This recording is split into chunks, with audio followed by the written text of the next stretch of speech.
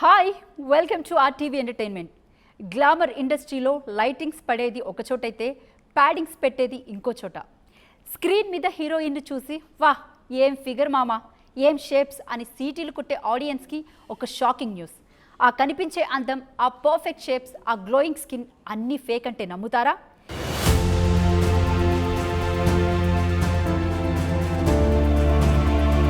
ఇరవై ఏళ్ళు నేను నరకం అనుభవించాను.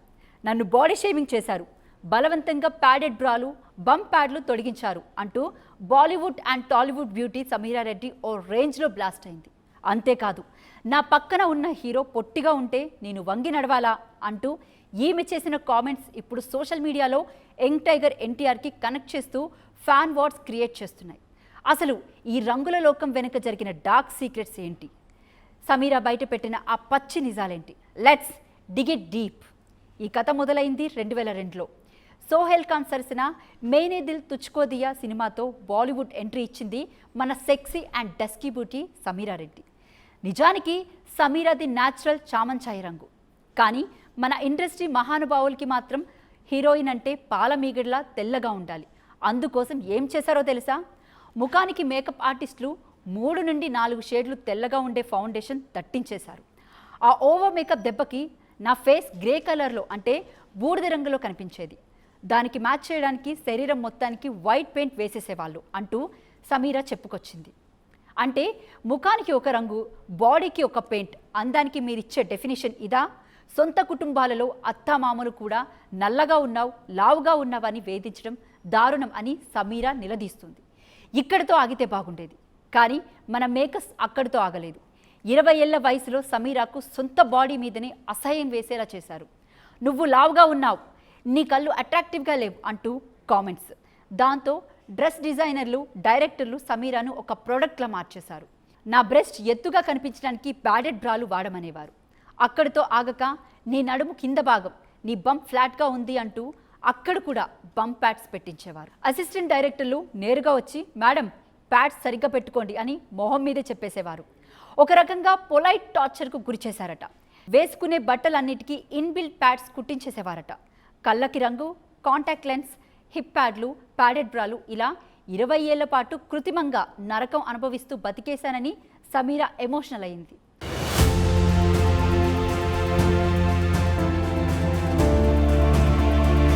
ఇక ఇప్పుడు సోషల్ మీడియాను షేక్ చేస్తున్న main topic, the short hero.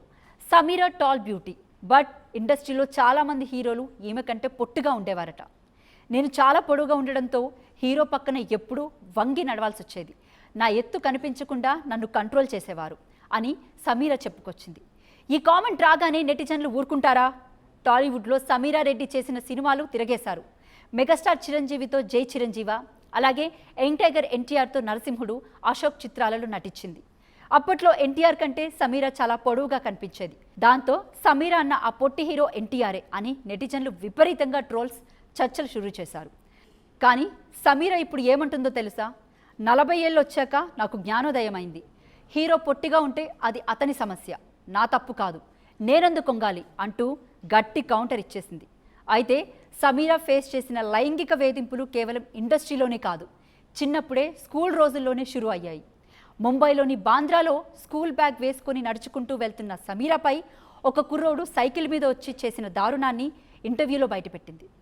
Cycle మీద వచ్చిన ఆ పోకిరి వెధవ సమీరా ఛాతిపై గట్టిగా కొట్టి వెకిలిగా నవ్వుతూ వెళ్ళాడట. ఊహించని ఈ దాడితో షాక్ అయిన సమీరా ఊరికే ఉండిపోయిందనుకుంటున్నారా? లేదు, అతడిని వెంబడించి సైకిల్ మీద నుంచి కిందకు తోసేసి చితక్కొట్టి బుద్ధి చెప్పేసింది. That is Sameera Reddy. అందుకే పిల్లలకి చిన్నప్పటి నుంచే సెక్స్ ఎడ్యుకేషన్ నేర్పించాలని, తల్లిదండ్రులు అన్ని ఓపెన్గా చెప్పాలని సమీరా గట్టిగా వాయిస్ రేస్ చేస్తుంది. 2014లో బిజినెస్ మ్యాన్ అక్షయ్ వర్దేని పెళ్లి చేసుకొని హన్స్, నైరా అనే 2 పిల్లలతో గోవాలో సెటిల్ అయిపోయింది సమీరా. ప్రెగ్నెన్సీ తర్వాత బరువు పెరిగితే సోషల్ మీడియా కామెంట్ల రూపంలో బాడీ షేమింగ్ రచ్చ కొనసాగింది. కానీ ఈసారి సమీరా తగ్గలేదు. తన తెల్ల జుట్టును, ముడతలను, ఒరిజినల్ కలర్ను గర్వంగా పంచుకుంటూ బాడీ పాజిటివిటీ ఐకాన్గా మారింది. దాదాపు 14 ఏళ్ల సుదీర్ఘ విరామం తర్వాత 2026లో సంజయ్ దత్ కాంబినేషన్లో వచ్చిన ఇంటెన్స్ పొలిటికల్ డ్రామా ఆఖరి సవాల్ సినిమాతో అదిరిపోయే రీఎంట్రీ ఇచ్చి తన నట విశ్వరూపం చూపించింది. సో గ్లామర్ వెనుక ఉన్న ఈ డార్క్ అండ్ ప్యాడెడ్ ట్రూత్స్ విన్నారుగా. 40 ఏళ్ళు వచ్చాకే నన్ను నేను ప్రేమిస్తున్నాను అని ధైర్యంగా చెబుతున్న సమీరారెడ్డి యాటిట్యూడ్ ఒక హ్యాట్స్ ఆఫ్ అని చెప్పాల్సిందే. మరి హీరోల పక్కన హీరోయిన్లు వంగి నడవాలనే ఆ పాతకాలపు రూల్స్పై, అలాగే సమీరా చేసిన పొట్టి హీరోల వ్యాఖ్యలపై మీ ఒపీనియన్ ఏంటి? కింద కామెంట్ బాక్స్లో కామెంట్ చేయండి. వీడియో నచ్చితే లైక్ చేయండి, షేర్ చేయండి, మీ ఫ్రెండ్స్కి పంపిండి. మరిన్ని మైండ్ బ్లోయింగ్ అప్డేట్స్ కోసం మన RTV ఎంటర్టైన్మెంట్ ఛానల్ని ఇప్పుడే సబ్స్క్రైబ్ చేసుకోవడం అస్సలు మర్చిపోకండి.